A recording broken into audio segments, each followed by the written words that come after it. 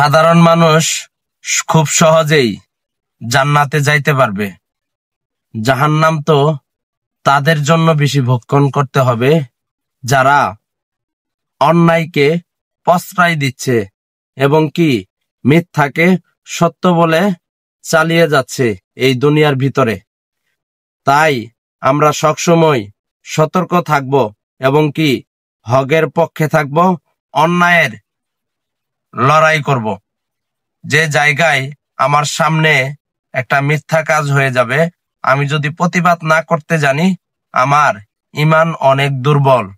আমার সামনে একজনকে বিনি অন্যায়ে মারবে, আমি যদি না গিয়ে যাই তাহলে ঈমানের অনেক ঘাটতিতে আছে আমি। আসলেও একটা হুজুর 5 ওয়াক্ত নামাজ পড়লেই সে পরিপূর্ণ ঈমানদার হয়ে যায়, এরকমটা নয়। আবার একজন সাধারণ মানুষ নামাজ না পড়লেই যে গুনাহগার হয়ে যায়, এরকমটা নয়।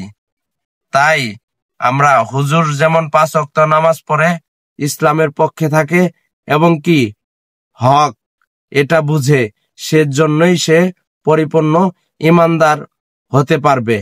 তাই আমরা সাধারণ মানুষে যদি সেম কাজগুলাই করি, যেমন অন্যায়ের বিপক্ষে এবং কি হকের পক্ষে মানুষের পাশে থাকার চেষ্টা করি, তাহলেও আমরা পরিপূর্ণ ঈমানদার হয়ে যেতে পারবো। তাই ইনশাআল্লাহ আমরা সবসময় হকের পক্ষে থাকব এবং কি অন্যায়ের বিপক্ষে লড়াই করব এবং কি ইসলামমুখী হব। দুনিয়ার ভিতরে যত মিথ্যা আছে সেগুলা থেকে আমরা বিরত থাকব। আপনার একটা মিথ্যার কথায় অন্যজনের অনেক বড় ক্ষতি হতে পারে।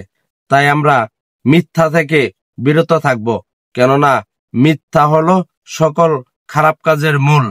একটা মিথ্যাই একটা মানুষকে জাহান্নামে দিতে পারে, একটা সত্য কথাই একজনকে জান্নাতি বানিয়ে দিতে পারে। তাই ইনশাআল্লাহ মহান আল্লাহর উপরে ভরসা রেখে আমরা সত্যর উপরে থাকার চেষ্টা করব ইনশাআল্লাহ।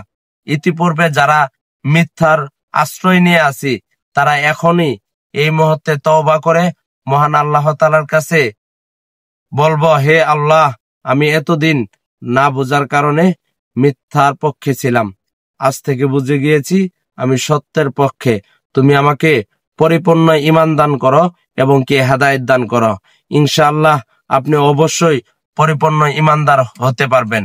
আমাদের শেষ নবী হযরত মুহাম্মদ সাল্লাল্লাহু আলাইহি ওয়াসাল্লাম বলেছেন, আল্লাহ ওই বান্দাকে সবচেয়ে বেশি পছন্দ করেন যে গুনাহ করার সঙ্গে সঙ্গে তওবা করেন। তাহলে ইনশাআল্লাহ আমরা বেশি বেশি তওবা করব এবং কি আল্লাহর প্রতি দীর্ঘ বিশ্বাস রাখব এবং কি আল্লাহ তাআলার কাছে দোয়া করব, হে আল্লাহ, তুমি আমাকে পরিপূর্ণ ঈমানদার না বানিয়ে ওই 3.5 হাত মাটির ঘরে নিয়ে যেও না এবং কি মৃত্যুর পরে তুমি আমার আমলনামার হিসাব নিও না।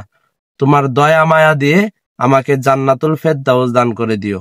ইনশাআল্লাহ এই দোয়াটি আমরা মহান আল্লাহ তাআলার কাছে বেশি বেশি করব।